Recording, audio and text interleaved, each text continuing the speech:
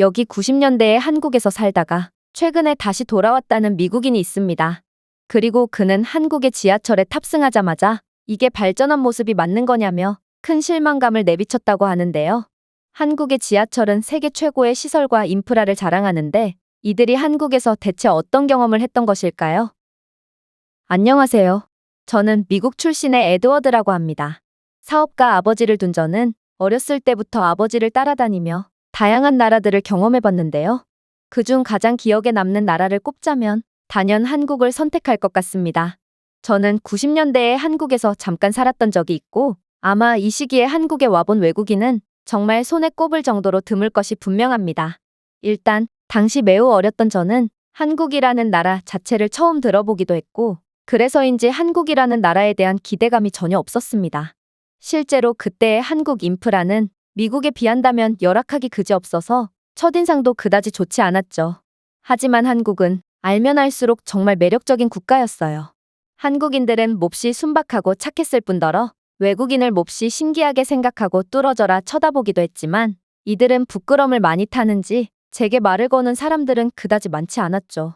거리는 그다지 깨끗하다고 보기는 어려웠지만 곳곳에서 활기가 가득 찼고 한국인들에게는 미국에서는 볼 수 없는 사람들 간의 끈끈한 무언가가 느껴졌어요. 당시에 한국은 대중교통 인프라가 좋지 못했는데 외국인에 대한 운전면허 시스템도 잘 활성화되어 있지 않아서 저희는 늘 이동에 많은 불편을 느껴야 했는데요. 그럼에도 한국에서의 경험은 제게 강렬한 기억으로 남아 있습니다. 아무래도 저는 한국이라는 나라 그 자체를 그리워한다기보다는 당시의 한국인들을 그리워하는 것 같았고 그건 아버지도 마찬가지인 것처럼 보였습니다. 아버지는 이제 많이 늙으셔서 일에서 은퇴하셨음에도 늘 한국에서의 경험을 회상하시며 한국인들의 정과 따뜻한 문화가 그립다고 말씀하셨거든요. 그러다 제겐 좋은 기회가 생겼습니다. 그건 바로 이직에 성공하게 되어 약간의 여유가 생기게 되었거든요. 이건 그리웠던 한국을 다시 경험해볼 좋은 기회였고 그렇게 아버지께 한국에서 2달간 장기여행을 가보자고 제안했습니다. 하지만 아버지는 약간의 회의적인 태도를 보이셨죠. 에드워드, 추억은 추억으로만 남을 때 가장 아름다운 법이란다. 지금의 한국은 그때와는 비교도 할 수 없을 만큼 발전했다는데 아무래도 우리가 그리워했던 한국인들의 따뜻한 마음씨는 그때와는 많이 달라지지 않았겠니? 이건 경제가 발전한 국가들이 겪는 공통적인 부작용이야. 그러나 저는 한국인들은 뭔가 다를 거라는 근거 없는 확신이 있었고 그렇게 아버지를 설득해서 한국행을 강행하게 되었습니다. 그리고 한국에 도착하자마자 저는 정말 깜짝 놀랄 만한 장면을 목격하게 되었죠. 이게 공항인지 버스터미널인지 모를 조그맣고 열악한 공항은 대체 어디 간 건지 저희의 눈앞에는 미국의 웬만한 공항들을 전부 압도할 만한 엄청난 규모의 인천공항이 존재하고 있었거든요. 심지어 한국의 공항은 이미 디지털화가 완료되었는지 각종 수속이나 이동, 그리고 직원 호출에 관한 부분까지 전부 로봇이 대체하고 있었습니다. 도대체 제가 인천공항을 벗어나면서 사람에게 서비스를 받은 적이 있을까 싶을 정도로 한국은 놀라운 기술력으로 공항을 마치 미래의 모습처럼 바꿔놓았더라고요. 물론 한국인들도 제 기대를 저버리지 않았습니다. 이제는 선진국에서 살아가게 된 이들은 다소 냉정하고 개인주의적으로 바뀌었을 거라 생각했는데 한국인들은 인천공항에 처음 보는 최첨단 기계를 보고 어리둥절해 있는 저희에게 다가오더니 능숙한 솜씨로 짐꾼 로봇을 가동해준다거나 비서로봇 사용을 도와준다거나 하며 아낌없는 친절을 베풀어줬거든요. 그때와 다른 점이라면 한국인들은 그때보다도 더욱 성숙한 시민의식을 갖게 됐다는 것인데요. 이들은 외국인들을 너무 많이 봐서 그런지 더 이상 저희를 신기하다는 듯 쳐다보지 않았고 그저 도움이 필요해 보일 때만 나서서 도와주더군요. 그때는 한국인들의 뚫어져라 쳐다보는 눈초리가 약간 부담스럽기도 했는데 저는 한국인들의 그러한 호기심 어린 눈빛이 그리워져서 약간의 서운한 감정이 들기도 했죠. 그런데 무엇보다 놀라웠던 건 바로 한국의 길거리였어요. 90년대의 한국 길거리는 확실히 깨끗하다고 볼 수는 없었는데 애초에 당시 한국에는 길거리 흡연이나 쓰레기 무단 투기들을 막을 수 있을 만한 규제 방안도 없어 보였거든요. 하지만 지금의 한국 길거리는 쓰레기가 전혀 보이지 않더군요. 그리고 한국은 길거리 흡연 문제도 완벽하게 개선했는지 정해진 흡연 장소가 아닌 곳에서 흡연을 하는 한국인들은 단 한 명도 찾아볼 수 없었습니다. 옛날의 한국인들은 길거리에서 흡연을 하며 침도 엄청나게 뱉어대서 어린 저는 그러한 한국인들의 습관을 보고 배우기도 했었는데요. 한 번은 저도 모르게 아버지 앞에서 침을 찍찍 내뱉다가 아버지께 정말 몇 대나 맞았는지도 모르겠네요. 뭐 어렸던 저는 아버지의 훈육에 반감이 들었고 미국에 돌아와서도 길거리에 침을 뱉어대다가 이를 보고 기겁을 하신 선생님께서 부모님을 학교로 불렀던 웃지 못할 기억도 있네요. 그런데 제가 성장함에 따라 이러한 행동이 왜 잘못되었는지를 스스로 깨닫게 된 것처럼 한국인들도 점점 수준이 높아지면서 이제는 이러한 행동을 완전히 고친 것 같아서 놀라웠습니다. 보통 한 국가의 시민의식 수준은 100년이 지나도 고치기 어렵다고들 하던데 어떻게 한국은 불과 20여 년 만에 완전히 달라지게 된 걸까요? 한국은 역시나 알면 알수록 놀라운 국가였습니다. 그러나 이러한 감탄도 잠시 갑자기 아버지께서 귀신이라도 본 듯 화들짝 놀라시며 소리를 질러대시는 거 아니겠어요? 에드워드, 뭔가 이상한 점 못 느끼겠니?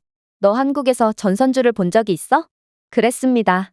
한국의 길거리 풍경은 왠지 모르게 조화가 느껴지고 건물과 하늘이 이상하리만큼 잘 보인다 했더니 한국에는 애초에 전선줄 자체가 없기 때문이었죠. 미국만 해도 전선이 거미줄처럼 얽혀 있으며 우뚝 솟은 전봇대는 통행을 방해하는 일이 많은데요. 그래서 미국에서는 아무리 아름다운 건축물들이나 유서 깊은 건물들이 즐비한 곳에 가도 뭔가 미적인 조화를 있는 그대로 느낄 수가 없습니다.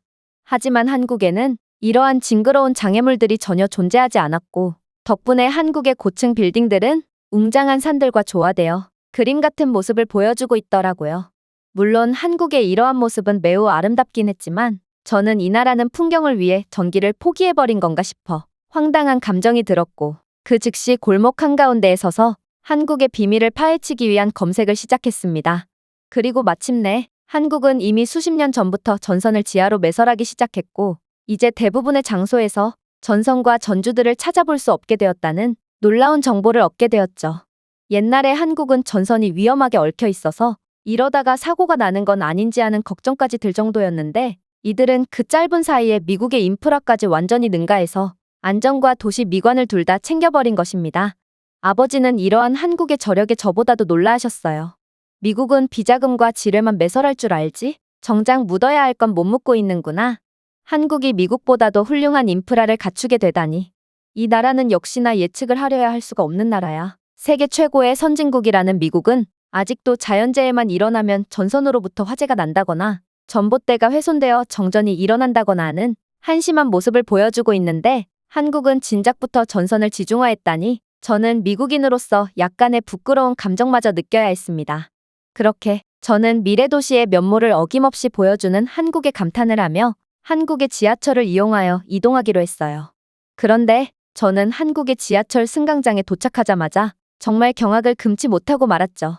왜냐하면 당시에 대중교통이랄 것도 없는 열악한 모습을 보여주던 한국은 대체 어디 갔는지 한국의 지하철은 그야말로 세계 최고 수준의 모습을 보여주고 있었거든요. 일단 한국의 지하철은 정말 전국을 돌아다니는 건가 싶을 정도로 매우 촘촘한 노선을 자랑하고 있었는데요. 아무래도 한국인들은 대중교통만 이용해도 어디든 갈 수 있어서 자가용을 굳이 구매할 필요도 없어 보였습니다. 심지어 지하철 안에는 매우 깔끔한 공중화장실이 설치되어 있었는데 이 화장실에는 고가의 비데뿐만 아니라 휴지까지 무료로 사용할 수 있었고 화장실에는 사람을 인식해서 저절로 물과 비누가 나오는 AI 기능의 세면대까지 설치되어 있는 놀라운 모습을 보여주고 있었죠. 사실 이건 예전의 한국 모습을 회상시켜서 더욱 정겨워지기도 했는데요. 제가 옛날에 한국에서 가장 정겨움을 느꼈던 부분이 바로 화장실이었거든요. 한국은 옛날에도 길을 걷다가 화장실이 급하면 그냥 아무 식당이나 들어가서 화장실 좀 들여보내달라고 말하면 무료로 사용하게 해줬거든요. 이건 화장실 한번 가려면 반드시 요금을 지불해야 하고 이러한 유료 화장실조차 없어서 급하면 풀숲에서 대충 해결해야 하는 미국과는 완전히 다른 모습이라 매우 인상 깊었죠. 저는 한국에서의 무료 화장실의 습관이 들어버려서 미국에서도 똑같이 요구했다가 정신 나간 사람 취급을 받은 뒤로 한국이 더더욱 그리워지기도 했습니다. 저는 한국은 역시 이용객들의 편의부터 생각해주는 따뜻함을 잃지 않았구나 싶어 가슴이 벅차오름을 느꼈죠. 그 외에도 한국의 지하철 안에는 난방이 빵빵하게 틀어져 있었을 뿐만 아니라 개별 열선 좌석까지 깔려 있었고 심지어 공기청정기까지 설치되어 있는 등 정말 호텔을 방불케 하는 시설을 자랑하고 있었는데요. 아버지는 미국의 히터도 없는 춥고 지저분한 지하철을 생각하시고 털모자와 털장갑까지 챙겨오셨기에 땀까지 뻘뻘 흘리시며 고생을 하셔야 했습니다. 그런데 그때 웬 한국인 남성이 저희에게 다가오더니 이내 충격적인 말을 건네는 거 아니겠어요? 어르신, 서 계시지 말고 여기 앉으시죠. 그는 유창한 영어를 사용하며 연로하신 아버지를 위해 자신의 자리를 양보해 준 것입니다. 역시나 한국인들은 경제가 발전해도 따뜻한 마음만은 계속해서 마음속에 품고 있던 것이죠. 그리고 옛날에 한국인들은 영어를 거의 못했는데 이제는 만나는 한국인들마다 유창한 발음으로 원어민 수준의 영어를 구사하고 있는 모습에 저는 한국인들의 교육에 대한 집착이 결국 성공을 거두었구나 하는 생각이 들었습니다. 한국인들은 정말 오늘 이후로 세상이 끝날 것처럼 열심히 공부했고 저는 그런 한국인 학생들과 비교당하며 매번 아버지의 쓴소리를 들어야만 했거든요. 저는 그렇게까지 공부할 필요가 있나 싶었고 그때는 한국인들을 이해할 수가 없었습니다.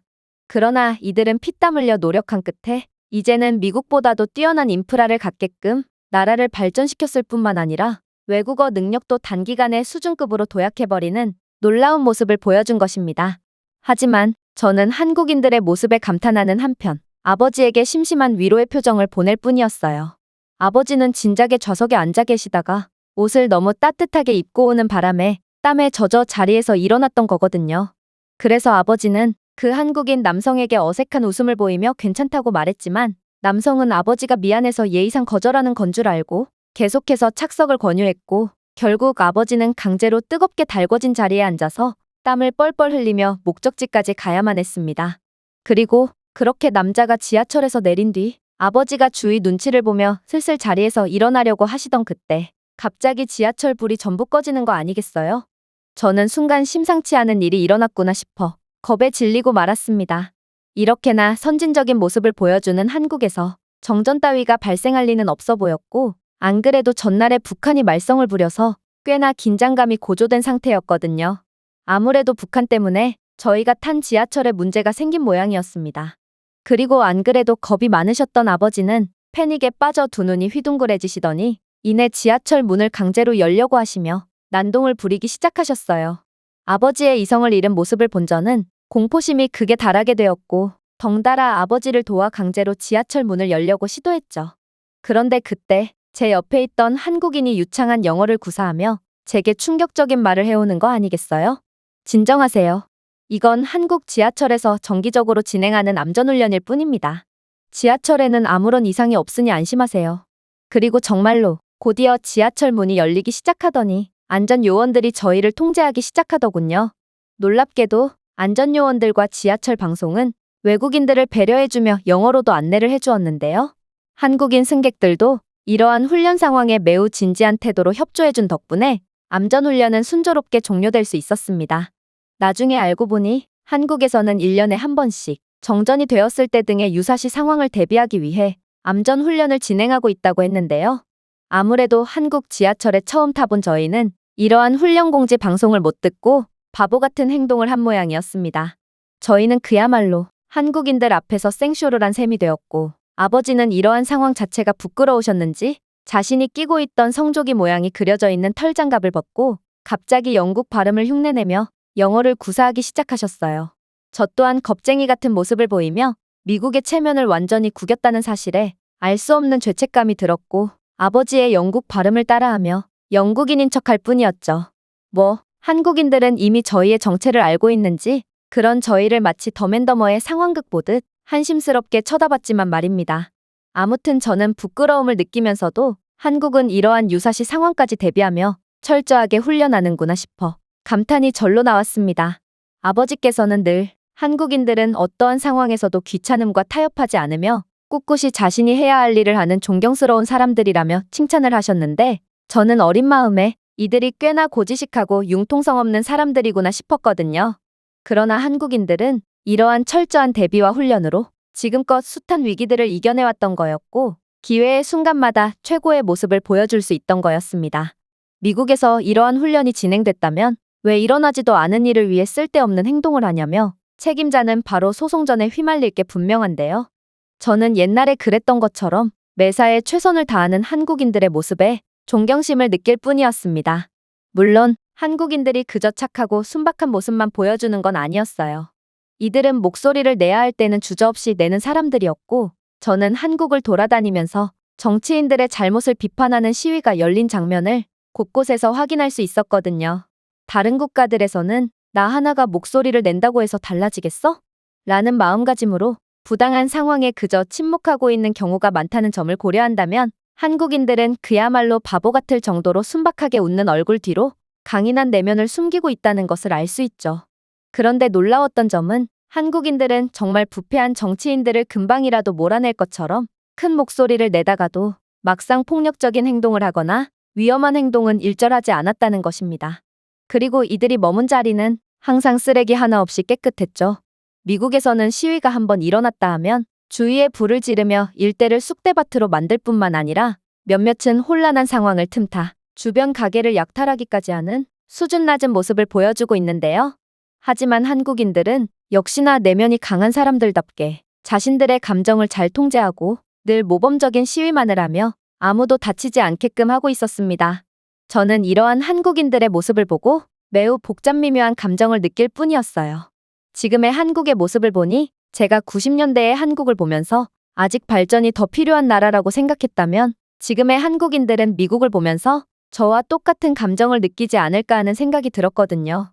한국은 정말 뭔가를 초월한 나라라는 생각이 듭니다. 제가 준비해온 내용은 여기까지입니다. 끝까지 시청해주셔서 진심으로 감사드리며 여러분들의 구독과 좋아요, 알림 설정은 영상 제작에 큰 힘이 됩니다. 이상 세모튜브였습니다.